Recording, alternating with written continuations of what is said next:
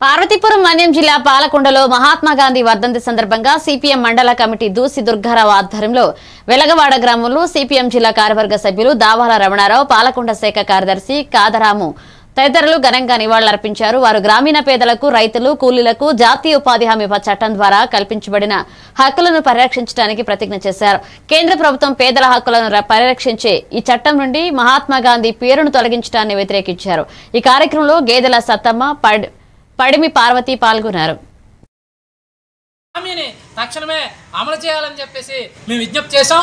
లేకుంటే 10వ తేదీ తర్వాత నుంచి సామూహిక సెలవులు మొత్తం కార్మికులందరూ పెడతారు. ఆ వచ్చే పరిణామాలకి ఇక్కడ ప్రభుత్వం, పాలకవర్గం, అధికార యంత్రాంగమే దానికి బాధ్యత వహించాల్సి ఉంటుందని చెప్పి ఈ సందర్భంగా మీడియా ద్వారా ఇవాళ అధికార యంత్రాంగానికి, పాలకవర్గానికి, రాష్ట్ర ప్రభుత్వానికి తెలియజేస్తున్నాం.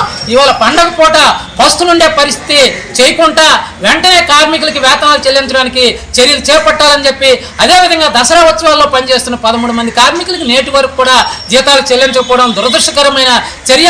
వెంటనే ఇవాళ ప్రజా ఆరోగ్యం బాగుండాలా, రోడ్ల మీద చెత్త ఉండకూడదని పైనుండి కింద వరకు ప్రచార ఆరపట్టమే తప్ప పనిచేసే వాళ్ళకి నెలసరికి జీతం చెల్లించకపోవడం అనేది దురదృష్టకరమైన చర్య. పండగ పూట పస్తులు ఉండకుండా వెంటనే జీతాలు చెల్లింపుకి చర్యలు చేపట్టాలని డిమాండ్ చేస్తాం.